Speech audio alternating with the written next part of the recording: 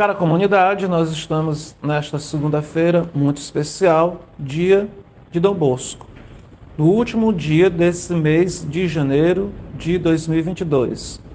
Estamos ainda dentro do período do tempo comum. Daqui a mais ou menos um mês nós vamos começar a quaresma, o tempo comum será interrompido, essas leituras que nós estamos fazendo serão interrompidas.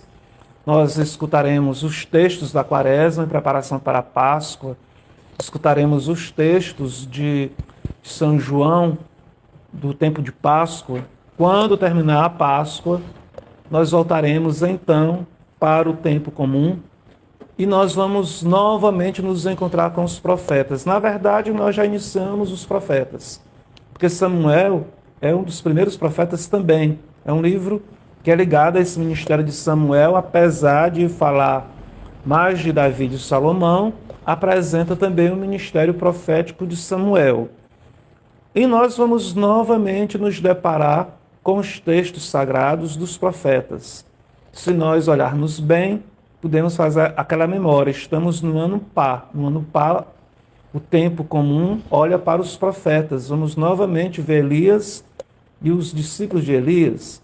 Ano passado, ano ímpar, escutamos o Pentateuco, que nós temos inclusive esse painel de hoje, que é, vamos dizer, do ano passado, é o painel da... Pode mostrar, Verinho, o painel? Ele é o painel do Monte Sinai, é o Mar Vermelho se abrindo. Esse Mar Vermelho foi pintado na frente do Sinai, é claro que geograficamente não é isso, é para se fazer uma alusão. E o Monte Sinai, com essas nuvens escuras, com trovões, com chuva, representa também aquele momento de teofania dos elementos da natureza que se manifestaram com a presença de Deus diante de Moisés. Então nós estamos aqui nesse início de ano ainda, final desse mês de janeiro de 2022, essas águas, esse Mar Vermelho vai se abrindo, nós vamos passando ao longo desse ano e que o Senhor vai sempre nos acompanhando. Hoje, vocês me permitam que antes de falar de Dom Bosco, eu queria falar sobre o meu irmão Silvio. O irmão Silvio, então, é o 8º filho dos meus pais, que tiveram 14 filhos. O Silvio, nós somos de Parnaíba, Piauí. Até então, todos os filhos tinham nascido em Parnaíba e o Silvio, por acaso, nasceu ao sul do Piauí, que é São Raimundo Nonato. Quem deveria contar melhor essa história era a mamãe, é claro, mas eu vou me atrever a dizer aqui algumas coisas. O Silvio, então, hoje é casado, trabalha no Banco do Brasil. Eu digo assim que o Silvio, a esposa também dele fala, o Silvio ele reza mais do que eu. É uma pessoa de muita oração, de muita fé, graças a Deus. É bom eu ter dentro da família esses meus irmãos que oram mais do que eu, oram mais que o irmão padre, não é? É belo porque a gente vai se ajudando na oração dentro de casa, dentro do lar.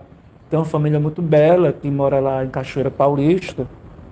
Bom, e o Silvio então nasceu no sul de São Raimundo, no sul do Piauí, em São Raimundo Nonato, que hoje tem, é muito conhecida essa região pelo vale, não sei como é que se chama, não sei o que, da Capivara, que tem Serra da Capivara, que foram encontrados lá elementos de animais pré-históricos muito antigos aqui da região da América Latina e indica que a ocupação humana é muito anterior àquilo que se pensava sobre a ocupação humana em nossos territórios.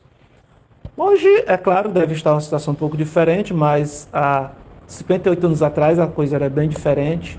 E eu queria frisar isto porque tem algo muito especial nesse nascimento do meu irmão Silvio Raimundo Nonato, que diz respeito à nossa família, e que eu acho bacana que as outras famílias saibam também.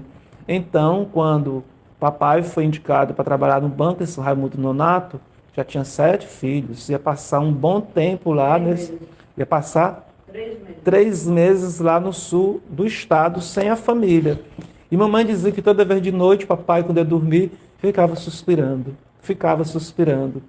E ela foi entendendo que aqueles suspiros do papai, que ele ia passar 3 meses distante da família, distante da esposa, distante dos filhos, e que estava sofrendo muito com isso. Então, mamãe, vendo o sofrimento do meu pai, ela disse que ia com ele também, com os filhos todos lá para São Raimundo Nonato.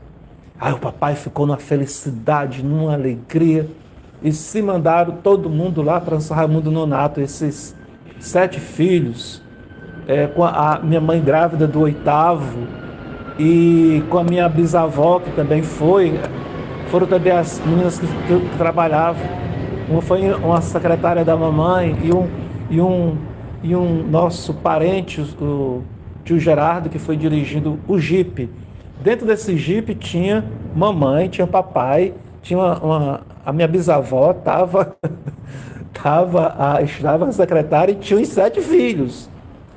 E foi uma viagem que foi muito sofrida, muita poeira.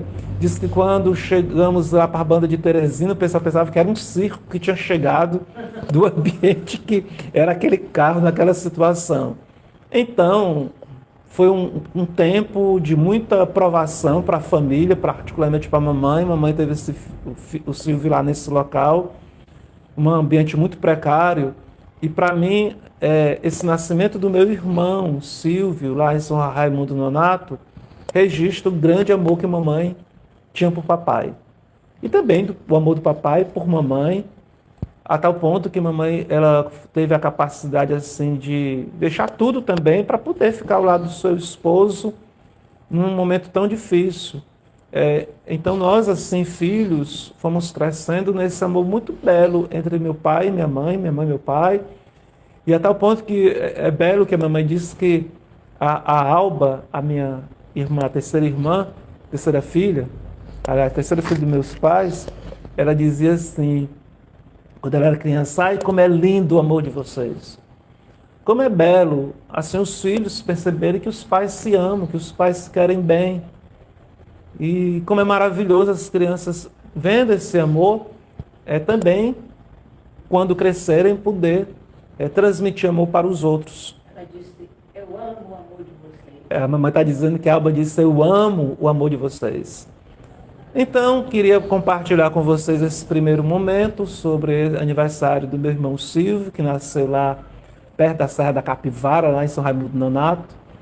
No dia, vamos dizer, de São João Bosco. Até a gente diz assim, foi São João Bosco que protegeu a mamãe naquela situação tão precária, daquele parto que ela teve do meu irmão Silvio. Então, Silvio, meus parabéns. Josi, também meus parabéns. Felicidade e alegria. Hoje, dia de São João Bosco. Também tive a felicidade de fazer, quando eu estava na Itália, por volta de 2005, foi 2005, eu estive numa cidade de lado de Turim, em Moncalieri. É uma cidade colada com Turim. E lá nessa região, como nós escutamos, São João Bosco nasceu próximo de Turim. Turim, onde tem o Santo Sudário. A comunidade, a congregação dele nasceu ali de lado de Turim. E eu convivi com a região que era muito marcada pelo apostolado de São João Bosco. Vou dizer algumas coisas muito simples, não é? Sobre essa influência de Dom Bosco naquela região.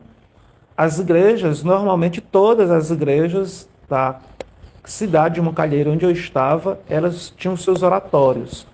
O que eram os oratórios? Os oratórios foi uma maneira que São João Bosco inventou, idealizou para evangelizar os jovens. A igreja deveria ter um lugar de celebração, deveria ter uma espécie de quadra, um ambiente de brincadeira para os jovens, para poder... e um local de reunião. Então, as igrejas de Dom Bosco, elas foram formadas, elas foram feitas num estilo para acolher os jovens. Então, lá por onde eu andava nas igrejas de Moncalieri, tinha quadras, umas pequenas quadras de futebol, e normalmente os jovens lá iam para brincar, nem que fosse... Muitas vezes a gente via que eles iam simplesmente brincar, mas não queriam nada com a igreja. Algum outro padre ia jogar futebol lá com eles e tudo, muito dentro de uma linha de espiritualidade salesiana.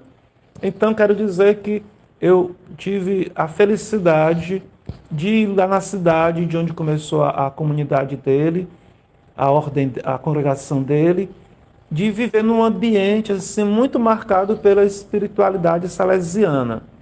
Mas Dom Bosco é dito que ele veio de uma família muito pobre e que os irmãos dele reclamavam da sua presença no trabalho no campo, enquanto ele queria se preparar em estudo para ir para o seminário. Mas a família não tinha condições de pagar os estudos e com muito esforço eles acabaram conseguindo as condições para que ele entrasse no seminário.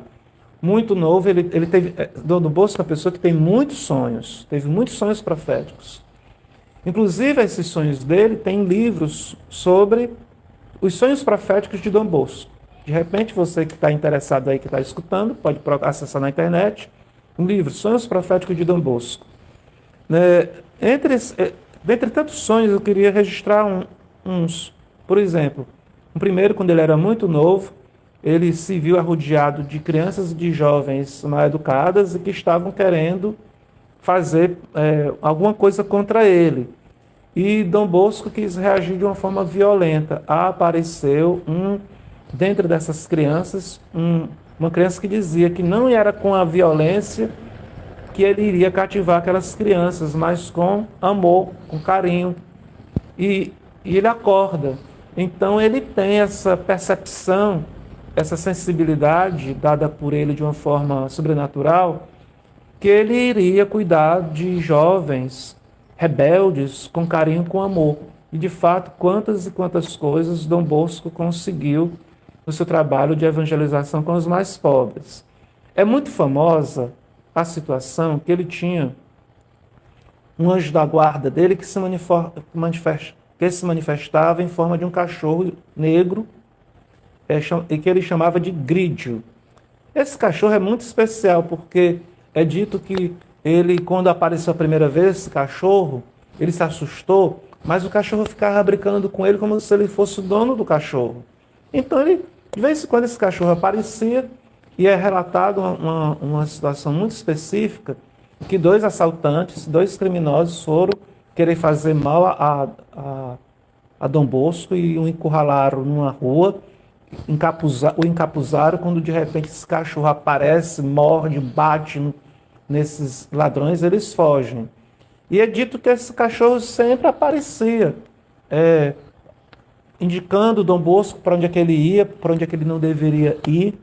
E o mais legal de tudo é que as pessoas podem ver isso na internet. Tem a foto desse anjo da guarda. É incrível isso, gente. É dito que quando os restos mortais na urna de Dom Bosco foram para uma igreja, eu não sei qual é a cidade, se era em Roma mesmo, o pessoal salesiano foi levar esses restos mortais para um determinado local, numa cidade lá da Itália, não sei se era realmente Roma, o cachorro aparecia. O cachorro aparecia. Acompanhava o trajeto, o translado dos restos mortais do Dom Bosco.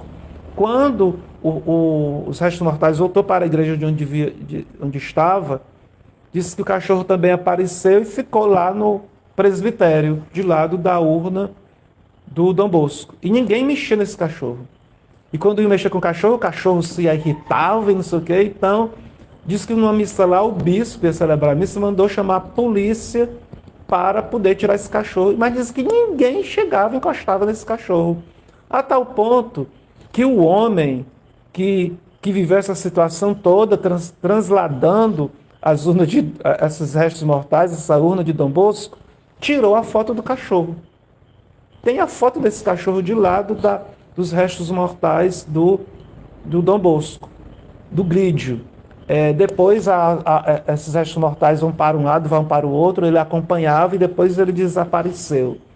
Então, a pessoa que tirou a foto entende que aquele cachorro era o cachorro que era o anjo da guarda do Dom Bosco. É muito particular essa situação. Mas tem um sonho profético do Dom Bosco que é muito famoso esse sonho, que ele tem um sonho que a igreja, representada por uma barca, está em alto mar, numa grande tempestade. E quando as pessoas falavam para Dom Bosco sobre os sofrimentos da igreja, ele dizia que as pessoas não sabiam, mas que a igreja ainda não tinha sofrido tanto que ainda iria sofrer, que ela ia sofrer muito ao longo da história. Então ele relatava um sonho que essa nave da igreja, esse navio da igreja, estava em alto mar numa grande tempestade. E era uma tempestade de ondas que se batiam muito contra a nave da igreja, contra esse navio. E tinha outros barcos que iam perseguindo a nave da igreja, esse grande navio. A tal ponto que, num determinado momento, ele tem uma visão de duas colunas. Uma coluna menor, no meio do mar, com Nossa Senhora na ponta. E tem uma outra coluna mais alta, com a Eucaristia sobre a coluna. Na Eucaristia menor, na coluna menor que tinha Nossa Senhora, tinha Nossa Senhora auxílio dos cristãos.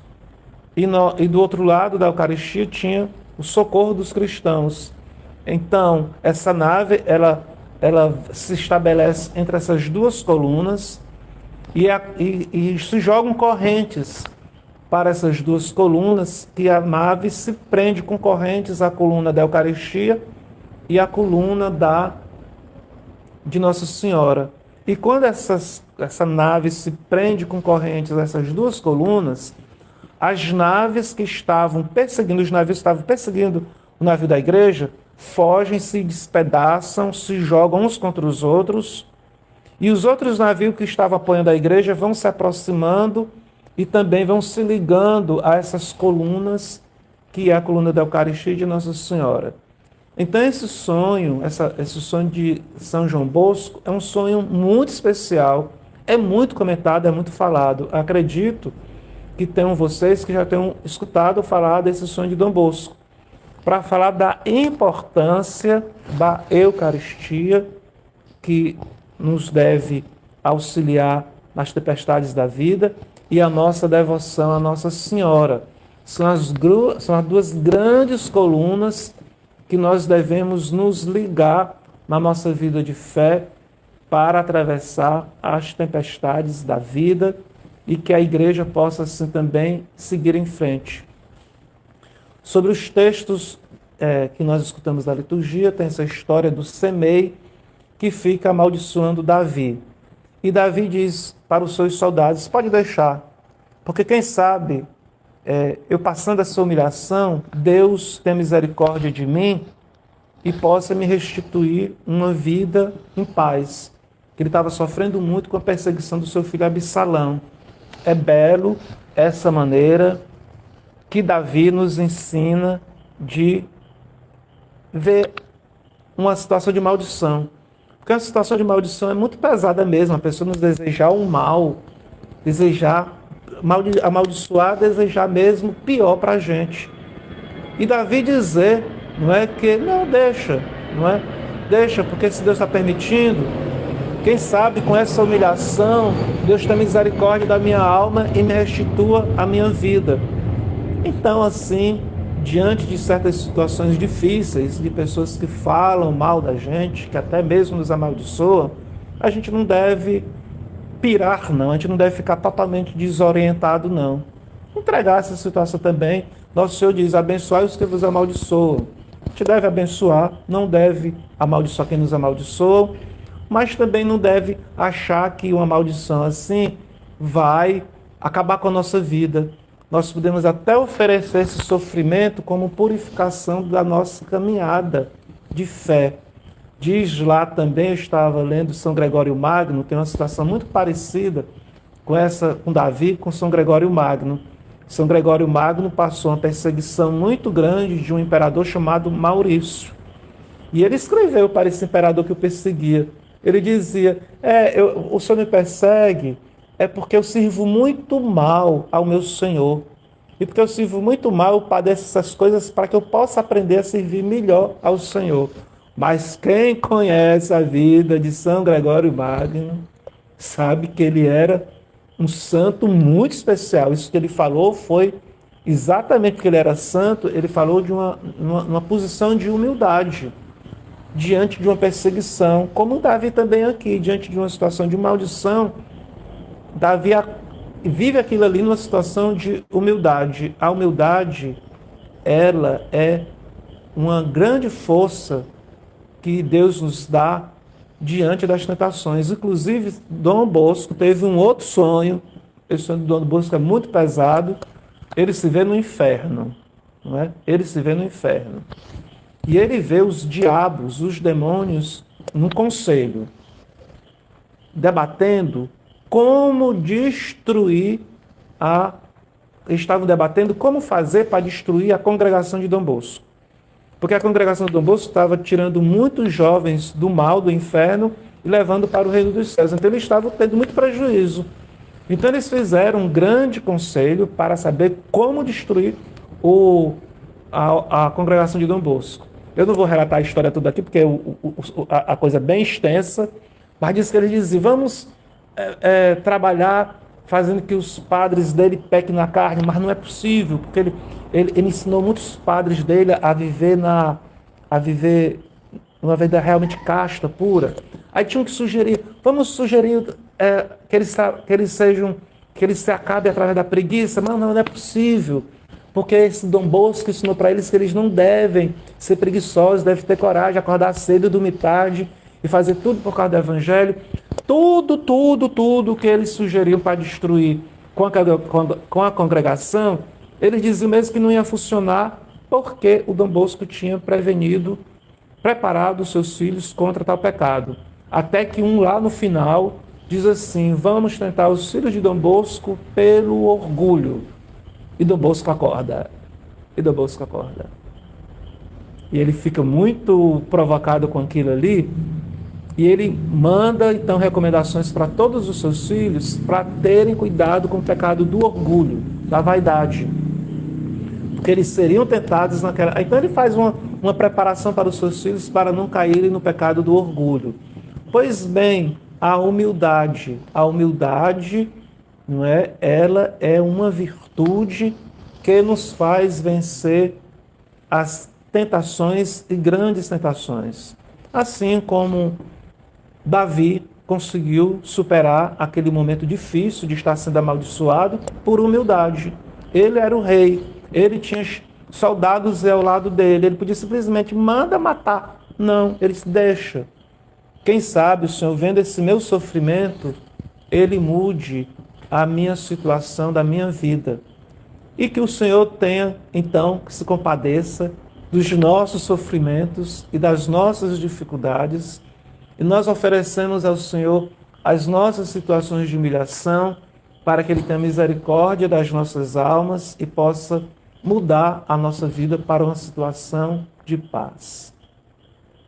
Louvado seja nosso Senhor Jesus Cristo. As preces do